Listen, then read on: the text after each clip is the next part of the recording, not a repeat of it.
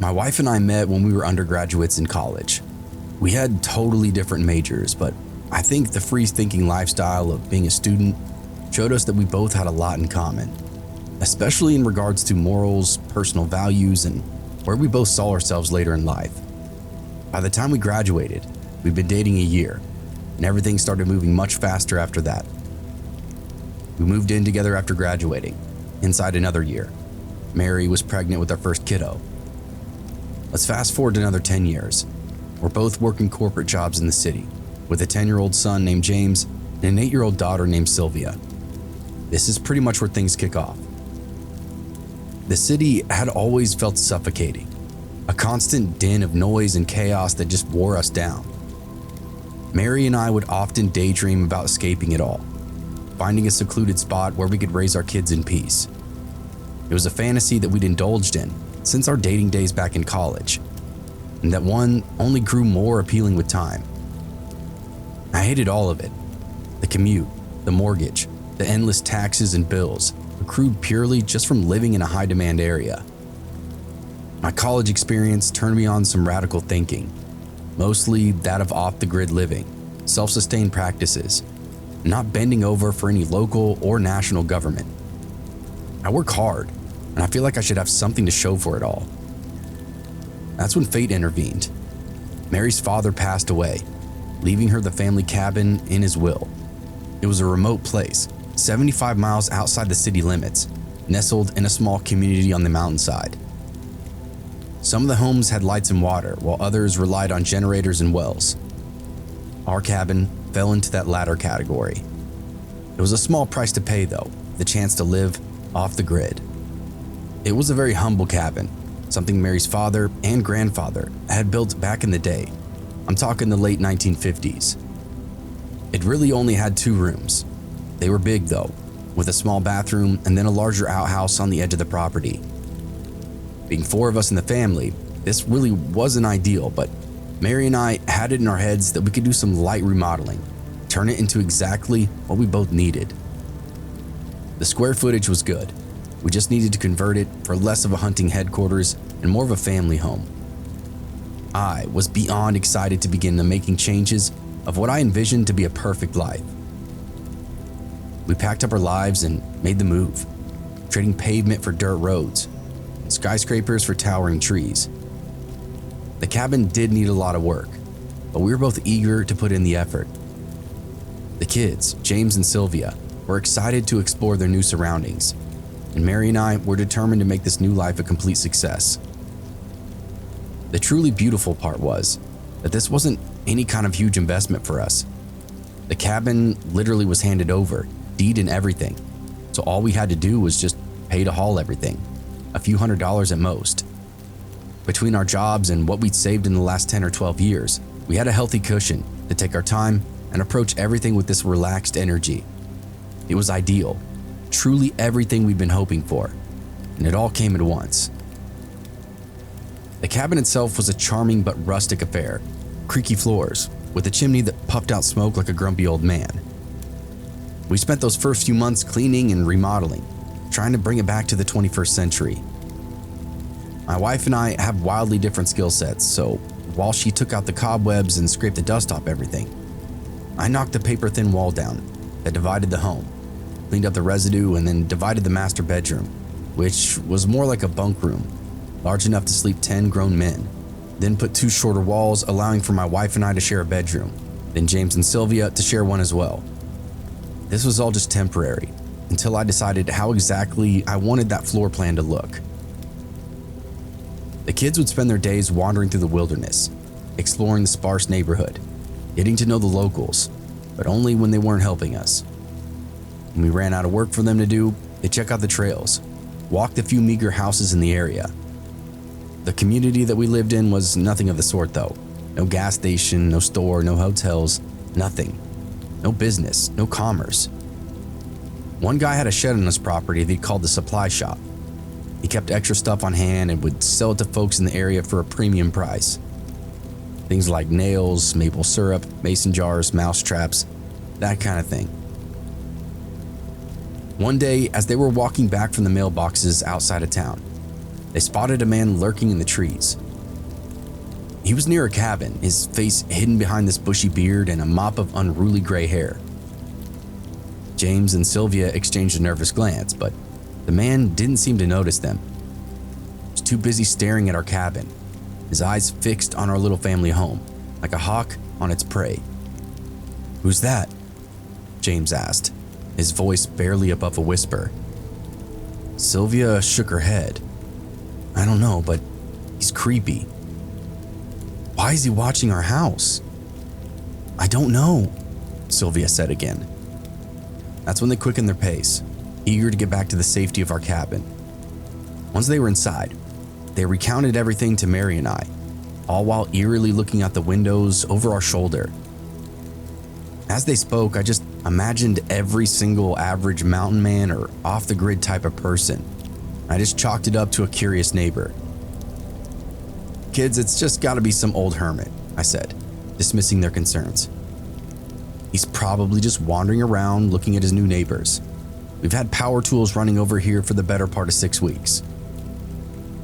Mary nodded in agreement. There are plenty of people like that up here. They just want to be left alone. The kids accepted our explanation, but I could tell that they were still uneasy. They've always been city kids. This whole new world was full of unknowns. Seeing a big, shadowy man off in the trees probably would have scared me at their age too. So I did my best to just be understanding. At the same time, I was trying to showcase what off the grid requires: to be tough, rugged, logical, fearless. Our move was going to require a little different outlook, and I was more than happy to help them achieve that. I made a mental note to reach out to a few neighbors, clear the air, and hopefully put everybody at ease. As the days continued to pass, we settled into our new routine. Kids exploring the woods, Mary tending to her budding garden, and I worked on fixing up the interior of the cabin. We'd occasionally see Marty, that's what the kids started calling him, lurking around the edges of the property. He never approached us, he never spoke, but his presence was always felt. I learned that the kids had asked some others in the area about him, some of the neighbors that were a little more friendly. The story went that Marty had moved up here 20 years ago with his wife, who died suddenly about 5 years prior. After her death, Marty then turned into this complete recluse, stopped talking completely, was only seen sporadically on his property or in the trees throughout the community. He apparently had enough know-how to keep himself alive and well on his own without ever having to venture back into town for any real supplies. He purchased gas when he needed it from the shopkeeper in town, the guy with the shed, but besides that, Marty didn't need help from anybody. It was a slow burning tension though, one that simmered just below the surface. We tried to ignore it, focus on our new lifestyle, but it was hard to shake that feeling that we were being watched, because, well, we were. Almost at any hour of the day, one of us could look outside and find that old man hiding in the trees, standing still to prevent us from potentially seeing him. At first, it was something that I could explain away, but after 3 months of steady creeping, didn't really know what else to make of it. One night, we heard the generator sputter and then die. "Great," I muttered, getting up from the couch. "Just what we need." Mary then followed me outside, where we stared at the dark shape of the generator right from our porch. It was this old thing, very prone to breakdowns. But fortunately for us, we've been lucky so far, but now, not so much. I had some skills in regard to woodworking, but electrical and mechanical problems, that's where my knowledge would start to dry up. I'd have to go back inside for a few tools before I could actually even take a crack at it.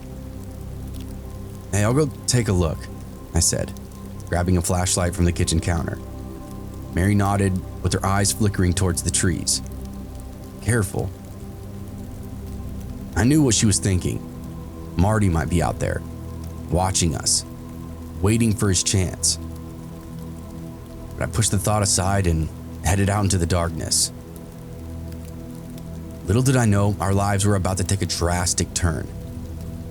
I squatted before the generator, started to work the exterior panel off so I could just look at the wiring. I also made a mental note to check the gas and the fuel cap. Maybe and hopefully it was just something simple. Maybe the vibration of the machine had rattled the cap loose, made it shut down. I methodically went over everything until I found the problem. It was exactly what I was hoping for, a very, very simple fix. The issue from what I was looking at was that somebody definitely messed with the generator, loosened the cap, then yanked a handful of cables, unplugged the main power line to the house, and lastly, flicked the power button off for good measure. I checked the ground around in the area, but didn't find anything. Didn't see any boot prints or any kind of calling cards. Then I checked the perimeter of the property. Nobody. So then I just called it at night and went back inside. I didn't mention any of my concerns to Mary or the kids, but I was certain that somebody had paid us a visit and sabotaged our only source of power. To say I was on edge was a drastic understatement. It wasn't long until we had our next run-in with our neighbor. Mary and I were working on hanging the door in the kids' room, which was one of the last tasks that we planned for our update. Next, we were going to refocus on the exterior, work on getting some better furniture for each room to better serve the family itself. With the door installation almost complete, the final screws tightened into place, Mary and I exchanged a satisfied glance, our minds shifting to the next project on our list. But before we could even take a step back to admire our handiwork, the kids burst through the front door, their faces pale and frightened. They were out of breath, talking a mile a minute about whatever just happened to them. My wife and I did our best to calm them down, get them coherent so we could figure out exactly what was going on. Dad, James exclaimed, out of breath. Marty had a gun. He was pointing it at us. My heart skipped a beat as I started to put it all together. Wait, what happened? Sylvia's eyes were wide with fear. We were walking in the woods and he came out of nowhere. He chased us. Mary's voice was laced with concern. Are you kids okay? I didn't hesitate. Stay in the house. I'll go talk to Marty. The kids nodded, still shaken, as I headed out into the cool mountain air. I knew exactly where Marty's cabin was, and I didn't need to follow a road to get there. The woods were dense, but I knew the route by heart, and I had this feeling I might run into Marty if I stuck to the trees, as that's where the kids said they saw him the most. I trudged headlong into the wilderness, empty-handed, looking for the guy that kept messing with my kids. This conversation was long overdue, but the mountain of work that the cabin had demanded prevented me from ever going to even saying hello. Now, we were at an impasse as neighbors. My suspicions were quickly confirmed. Just a couple of 100 yards in, Marty lurched through the underbrush, his eyes fixed on the ground. I called out to him. No response. Anger quickly flared up inside of me. Messing with the generator, messing with my kids, and now he wouldn't even acknowledge me. Something primal just snapped in me, and suddenly I was over the edge. I found myself running, hollering out through the trees. Marty, stop right there, goddammit! Finally, he turned around, his eyes narrowing at me. What do you want? He shouted back. I could see the shotgun in his hands. My heart began to race. Of course he was armed. My kids had literally told me he had a gun, but for some reason, I wasn't expecting that to be the truth. I guess I thought maybe it was just some kind of misunderstanding. No, he had a gun, and an illegal one at that. He held the remnants of a homemade sawed-off 12-gauge between his wrinkled hands. You need to stay the fuck away from my family. You're scaring my kids, was all I said. Marty's face twisted into a snarl. Then you keep your fucking kids on your property. It's real simple. I took cover behind a tree, not wanting to get blasted. If you come near my property again or speak to my children again, I'm calling the sheriff. You're not welcome here. My kids have done nothing wrong to you.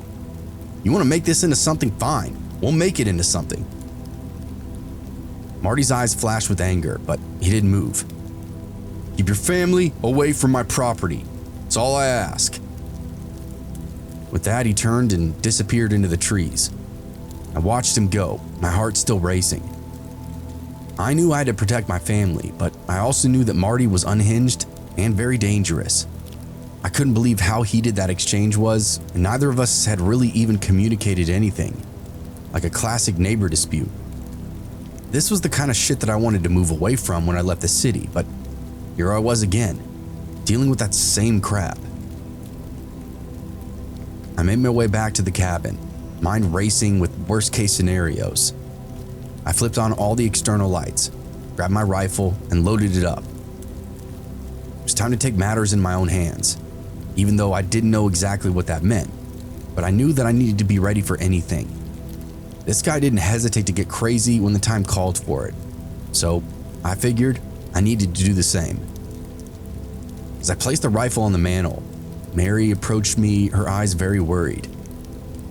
What happened out there? I took a deep breath.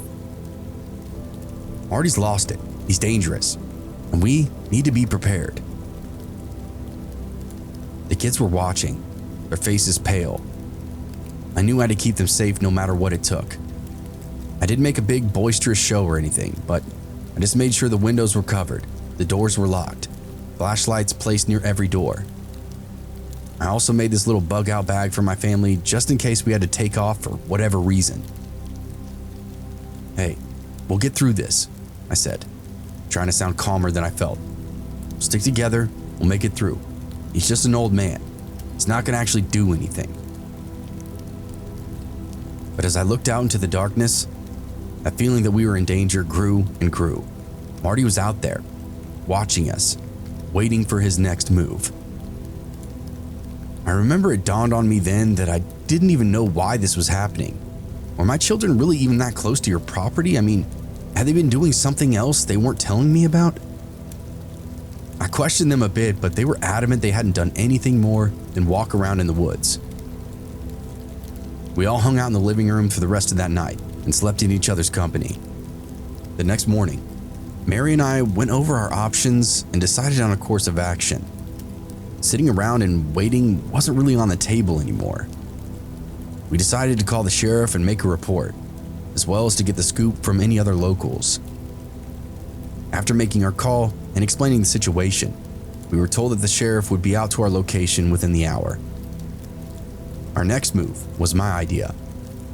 I wanted to get any information on Marty, so I decided to approach some of the others that lived nearby.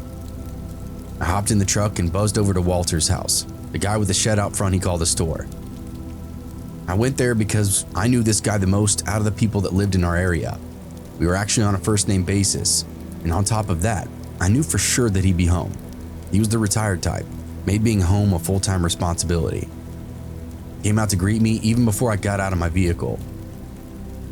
"Hey there, need something from the shop?" He called down, nodding to the shed. "Was always looking to make a few bucks." "Not today, Walter. I'm actually looking for information." Walter laughed and waved me up the steps. "I don't really have a whole lot of knowledge, but I'll see if I can help," he said. I didn't waste any time, just got right into the thick of it. I told him about all the early run-ins with Marty and how they were slowly escalating over time, even about the generator mishap. I mentioned the gun, the property disputes, everything that I could remember. Walter just went stoic as he took it all in. "Well, what do you think?" I asked when I was finished. "Well, Martin was never right after his wife died," he started. Then Walter went on to tell me his own story, filled in a lot of the gaps. It turned out that just before Marty's wife died, the two of them were bickering a lot. Marty's drinking was at an all-time high. He was cruising into town every single day to hit a bar or pick up a case of beer. His wife was really the only one keeping him in check. And suddenly she was just dead. No story, no funeral. Marty was just telling everyone that his wife died last night. He didn't even seem that upset. Everyone living on the mountain thought that that was a little strange, but didn't know Marty well enough to question him anymore. The general consensus was that he murdered his wife. When the other residents reached out to law enforcement, they assured everyone that Marty reached out to them with the news as well. everything was copacetic on their end. Still, it was weird because no coroner came by, no body removal, nothing. Marty just said she was dead, and that seemed to be it. No one ever saw her corpse. This is when Marty's behavior got really erratic. He started to patrol the woods around his home. He'd gotten into a few pissing matches with other locals that lived up there. It was always the same thing. Stay away from Marty's property. Don't come near Marty's property. Everyone else seemed to see a heartbroken, perhaps mentally unwell old man. I saw a guy trying to hide something. As Walter and I continued to talk, we put some pieces together, and he was inclined to believe me. When I said I had to go back to my house and meet the sheriff, Walt asked to go with, so he could do his part and make a statement and hopefully get everything figured out. Neither of us were prepared for just how deep this grave went. The sheriff took everything down that we said, even offered up some of his own hearsay that he'd acquired over the last 5 years, and told us he'd be in touch. From our house, he went straight to Marty's, and from there, everything exploded. I don't know how it all occurred, but Marty ended up arrested by the end of the week. It turned out Marty's wife was found buried just under 2 feet of loose soil, and it definitely wasn't a beautiful or ceremonious burial. No, not at all. He drug her body to the edge of his property line, pushed a little dirt over, and called it a day. The really telling part was the multiple bullet holes found in her bones. She'd clearly been shot to death. The whole story was this. 5 years prior to my family moving out there, Marty and his wife were having a rough patch, just like Walter described. What wasn't public was that Marty's wife was telling him that she was leaving, going back to South Texas or New Mexico, somewhere along the border, was getting back together with an old boyfriend of hers. What she had with Marty had dried up. He was now just a miserable, drunk, bitter old man. Marty heard a threat one too many times, decided to do away with the woman for good. What she didn't know was that Marty had actually killed the boyfriend she spoke of many, many years ago, like in 1981. There had been something of a love triangle between Marty and his wife and whoever this third man was. The wife originally with the third man, but Marty wooed her away, then they moved away. But before they did, Marty went back to that man's house, attacked him before shooting him as well. They left town and miraculously, no one ever got fingered for that murder. After that, they lived a relatively normal life before deciding to move up on the mountain, where Marty slowly but surely lost his mind over time. We were living next to a guy who had killed not one, but 2 people in his life, and seemingly had gotten away with both. As the story rolled out over the next couple of weeks, we were blown away to bear witness to such a sick, mind-blowing event. What started out as our little daydream lifestyle quickly devolved into solving a multiple murder that stretched through the decades. I guess Marty had given himself up pretty much right away, much to the surprise of our little off-grid community. The courts couldn't be kind to him, as he was every bit of 70 if it were. Any amount of time behind bars would be a life sentence, so that's what he was given.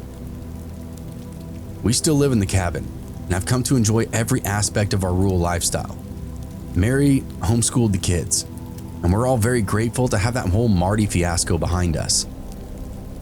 We didn't realize just how close we came to tragedy. The guy literally pointed a shotgun at my children and had the nerve to pull the trigger. It turns out, it doesn't really matter where you live, in the city or off-grid. There are still crazy people residing in both.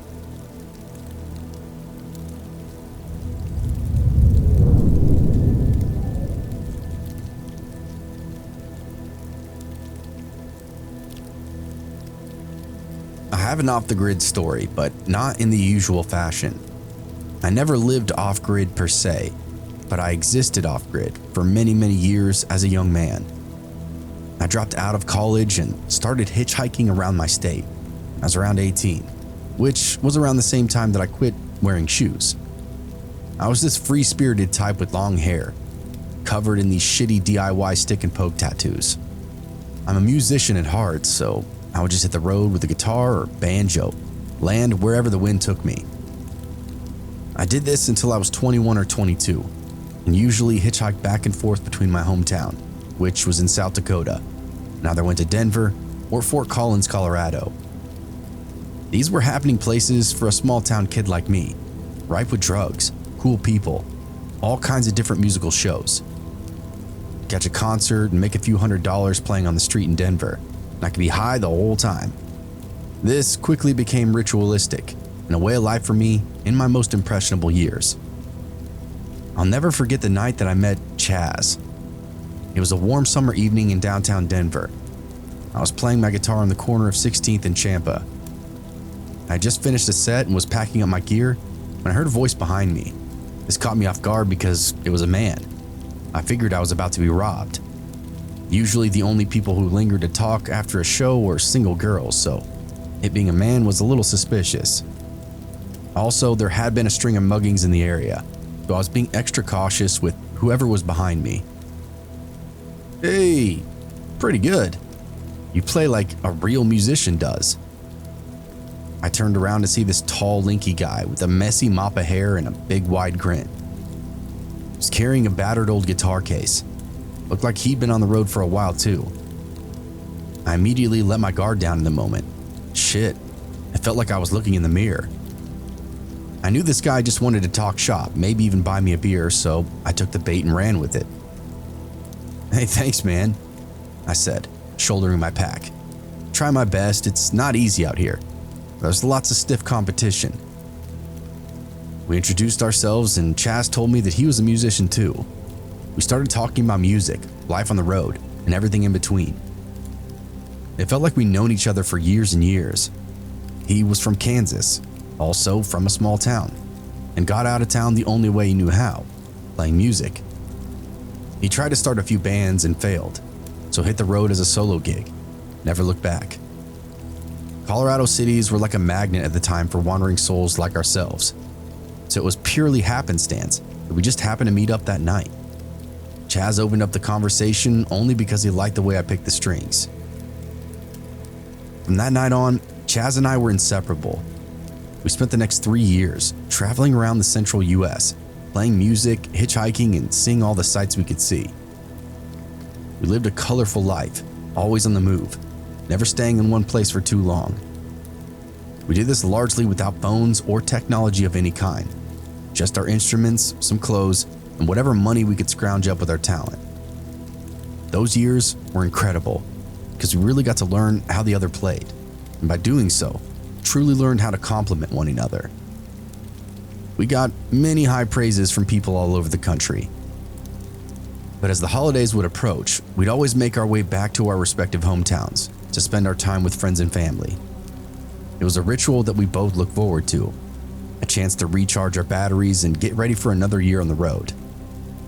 We also like to hide out from those winter months, as Colorado and some of the other places we like to reside in were pretty unforgiving during the cold season. Snow, ice, frigid temperatures. We lived on the street, didn't even wear shoes if we didn't have to.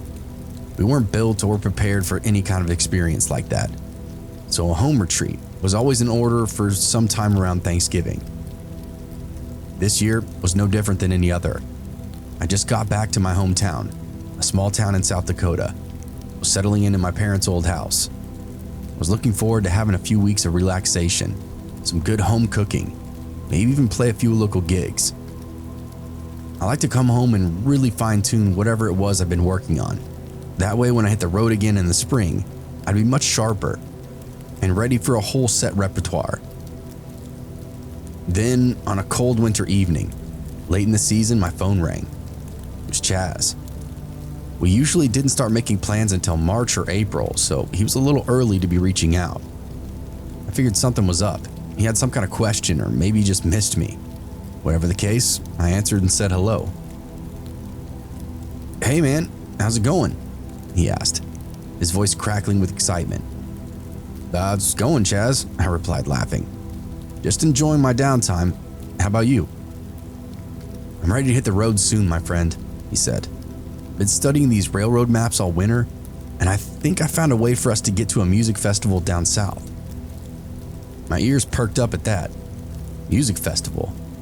That sounded like the stuff of dreams. What a perfect destination for our reunion trip. The fact that it was in the South was a little off-putting, but who knows? There's indie festivals all over the South. I quickly bit my tongue and waited to hear the rest of the details. "Tell me more," I said, curiosity piqued. And Chaz did. He explained that he found a route that would take us away from my hometown to the festival grounds, all by train. We'd have to hop a few freight trains, but he was confident we could make it. He went on that he actually caught a train back home when we split, and that's what gave him the whole idea. "Alright, so what kind of festival?" I asked. "Indie, new wave, sludge pop, beach bum shit," he said as fast as he could. Exactly what I wanted to hear. I was hesitant at first, but Chaz's enthusiasm was just unrelenting. Before I knew it, I was agreeing to meet him at the local train yard next month. He literally had everything planned out, from when he needed to depart and when he would arrive, which train needed to hop on in order to be on time.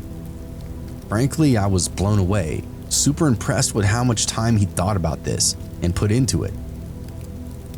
As we continued talking, I'll admit something though. Chaz sounded different, almost like something was off. His voice was tighter, more urgent. There was almost a hint of desperation in his tone. I didn't know what to make of it other than that maybe he was just excited. I wanted to ask about how things were going at home.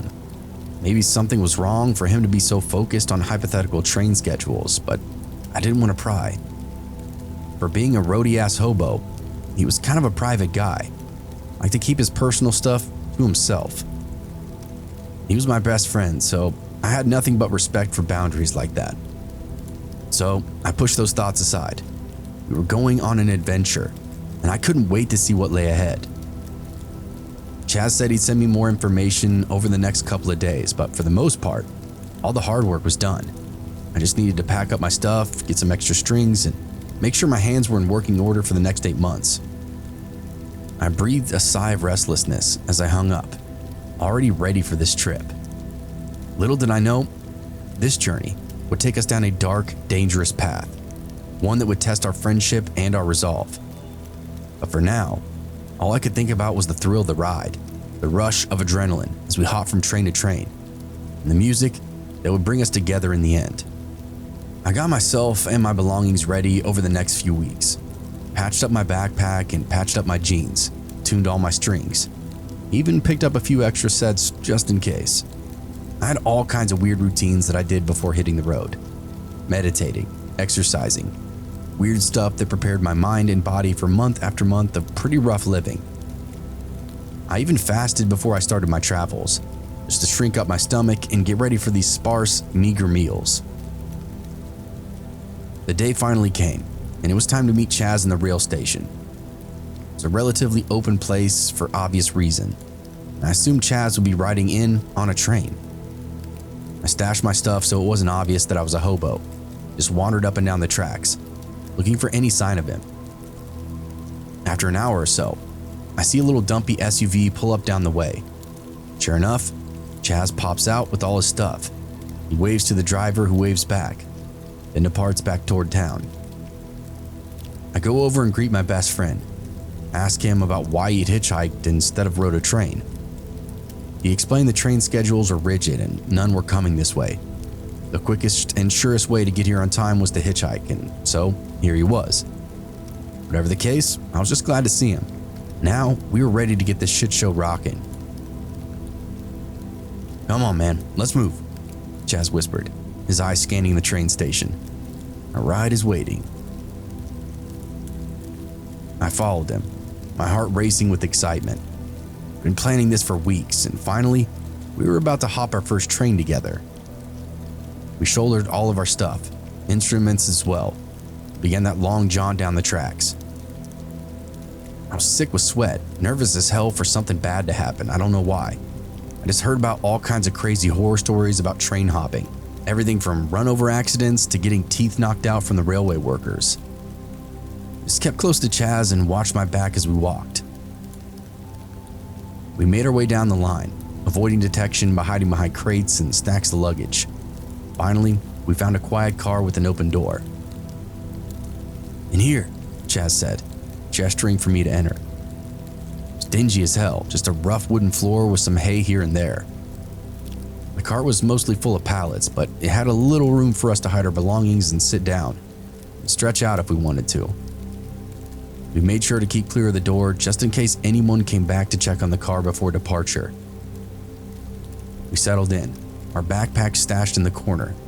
I couldn't believe it. We're actually doing this. We were train hopping out of my hometown. It was dead silent in there, and there was no sign of any workers, so we just shot the shit in there while we waited. Chaz said it could be a couple of hours before it was time. We caught up for a bit, talked about our holidays, and then he filled me in on the festival and that train hopping schedule. I was over the moon to be having such a discussion. The hours slowly passed by, but eventually the train rumbled to life. We chugged out of town, the scenery blurring by us outside through the crack in the compartment door. I scooted out from the wall so I could get a better look at the terrain as it went by. I knew once we were clear for the long haul, I'd probably break out my guitar and start jamming as the country went by. It was almost like something out of a music video. It made me emotional to even think about. Dude, this is amazing, I said, grinning at Chaz. He smiled back, his eyes gleaming with excitement. I told you it would be. You, want to play some tunes? I asked. He shook his head and got this funny look on his face. Let's get high, he said instead. This was another commonality between us. Chaz and I both loved to get fucked up. It was one of the things that brought us together in Denver all those years ago. I'll admit, he was a little crazier than me, but I could hang with the best of them, with almost any poison. I figured he wanted to smoke some weed or pop some pills. At the most, break out an 8-ball of coke. Instead, he pulled out a drug that I'd never used before. Black, sticky heroin.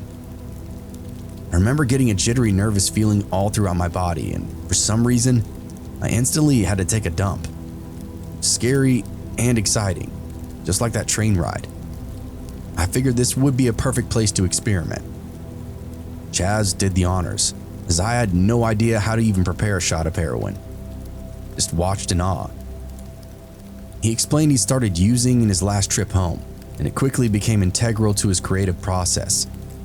Loved playing music when he was high on it. He argued that all the greats use it during their prime, and frankly, I couldn't really argue. I wouldn't have anyway, as I love using too much to fuck it up. After he hit me with it, I just remember blasting off, feeling like my body was dripping away underneath the train as it rocketed along the earth. Such this euphoric sensation, truly indescribable. But that's what all us junkies say, isn't it? We start chasing that high and it's never coming back. All that tacky Hollywood bullshit. It was honestly amazing, and I fell in love with that draining rush instantly. We rode in silence for a while, watching the countryside roll by. We would talk occasionally, but mostly we were just zoned out and enjoying the ride, both literally and figuratively. Anytime anything cropped up in my head that I thought I should be concerned about, but nothing like that ever came to me. No anxiety, no panic, nothing but bliss. The hours ticked by. We got closer and closer to our next rail station. Then, Chaz stood up, his eyes fixed on something outside. I looked and saw the sun had gone down quite a bit. Time to get out, he said, his voice low. We grabbed our packs and I followed him, my heart pounding. It was like all that stress from earlier had suddenly reappeared, now wanted to suffocate me. I gripped my guitar case with steady resolve, trying to quickly catch my breath, and did my best to be quiet and alert. We jumped off the train as it moved to the next station, our feet pounding the gravel. If the train had been moving any faster, we both would have eaten shit. There was a pile of rubble nearby, some kind of jackhammer concrete.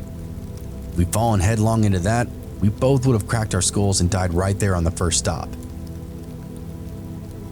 We made our way through the station, avoiding detection by hiding behind pillars and these little alcoves.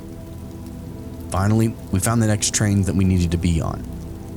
Chaz was seriously badass at reading trains.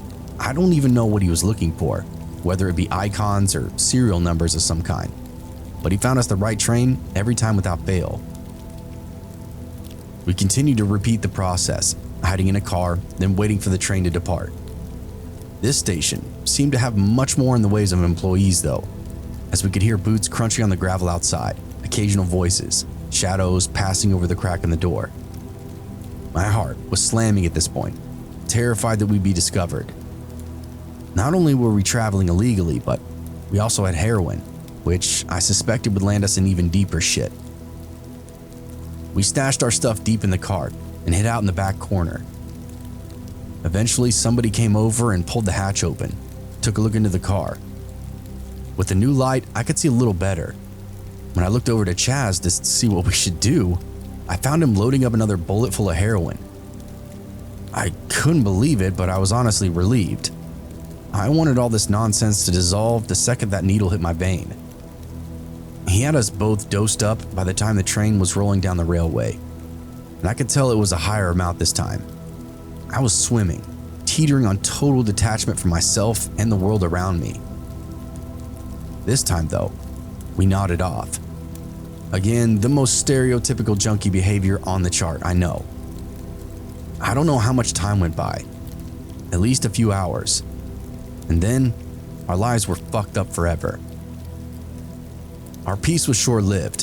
When we awoke, we were being dragged off the train by rough hands, our bodies collecting a healthy array of splinters of various sizes, burying themselves deep all over our hips, stomach, chest, and neck. As I'm being dragged, my head is bouncing off every pallet corner around me, taking me out of that heroin delusion right into a concussive state. "What the hell?" I protested. My words were met with a punch to the gut. I tried to kick out, but someone caught my legs, and another person started drilling me in the groin with a closed fist. I lost all steam after that. I could hardly fucking breathe from the pain shooting through my body. Next, a boot found my face, and somebody did the favor of kicking my head in. Chaz and I were beaten mercilessly, our cries for help ignored by any and all that could hear them.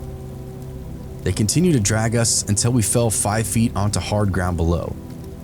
That further knocked the wind out of me as I felt like I was drowning. Then came more fists, more boots, and I looked up to recognize our assailants were the railway workers. They kicked our asses inside and out for another 10 minutes before throwing all of our stuff into the dirt and telling us to get lost. We gathered up as much as we could and just limped our way out into the woods. Neither of us spoke as we stumbled into our next little town. We found a dingy bar where we bought some beer and cigarettes, then wandered the streets searching for a place to hide. It's pretty much our only option since getting removed from the train, just trying to recover as much as possible. We didn't know anyone in the town that we were in, didn't even know the name of it. No cell phones, no tablet, no nothing, just clothes, drugs, and instruments. Eventually we found an alley, dark and narrow. We wandered down a bit to get away from the businesses near the front of it. Found a pretty dingy looking dump in the back. We collapsed onto the ground, our bodies aching. It was pretty dark back there. Even had a dumpster to help get us out of sight of everything else. "Want to jam a bit?" I said. Chaz shook his head to me, his eyes dark. "I'd rather get high," he said. My heart skipped a beat as I watched him load up the needle. I didn't want to do this, but Chaz reassured me, his voice low and persuasive. Play music after we got that good and got that magic in us. I could now see how much of a toll this was taking on him. Chaz had been using maybe a little longer than he let on. He was gone, veiny, super pale. We shared that needle, the drug coursing through our veins like fire. I felt myself drifting away, my vision blurring again. We talked for a bit, but I really don't remember any of it. Again, he must have upped the ante, because I was absolutely blasted to hell on that shot. We never even pulled our guitars out, never played a single note on that fucking trip. Just did heroin 3 times, passed out in our own piss in the back of some shitty alley. When I awoke 8 hours later, Chaz was still beside me, his eyes glassy and unfocused. His chest was still, and he was unnaturally pale. "Chaz," I whispered, shaking him. "How long you been up?" He didn't respond. I thought maybe he was still high, so I shook him again. That's when I noticed how cold he was. The paleness, the chill on his skin. Something was wrong. Then I noticed the dried vomit on the side of his face, a touch of blood underneath his nose. I was looking at my best friend's dead body. Literally the syringe still in his lap that sent us to the moon. Panic set in. I scrambled to clean up all the drug paraphernalia. I couldn't be caught with this stuff. I didn't know what could happen to me, but I didn't know how much more heroin Chaz had in his stuff. And I would definitely piss dirty if this turned into some kind of investigation. There's no way I was getting caught up in anything crazy like that. So I just did the honest thing that I could think of. I stumbled out of the alley with my heart racing, reported Chaz's body to the proper authorities. I did it anonymously, just saying I saw a young man laying in the back of the alley between such and such bars. I was in total shock, teetering on losing my grip on reality. I had the jitters from all the heroin, and I was absolutely starving for some kind of real food. I got a meal somewhere with my last few dollars and found a place to spend the night. I got my shit together. I slept in a park, hidden away in the dark, and cried the entire night. I know I only had one option, to go back home. This was a worst case scenario. The music festival wasn't even on my radar. Chaz ODing was not part of the plan, and now I was thrown to the wind. He and I had courted chaos for the better part of 3 years, so that kind of thing catching up to us was partially expected. Still, it was a brutal thing to endure in a town I didn't even know, with zero access to any kind of resources or any kind of support. I hitchhiked home, mourned Chaz every mile of the way. I didn't even know who to call to tell. We traveled together as companions, but I didn't know anything about his home life or his family. I wasn't even sure of his last name or the town he actually lived in. I wish I could tell you that I got myself together after this whole experience, but I didn't. I actually got much, much worse for the next few years. I stopped traveling around as much, stayed home, getting plastered every night. I gave up music, just started partying and getting tanked with my buddies. It was the only way to cope with the reality that I met out there. I did clean myself up, but only within the last couple of years. Been with the help of podcasts and YouTube channels like this one. Thanks for listening.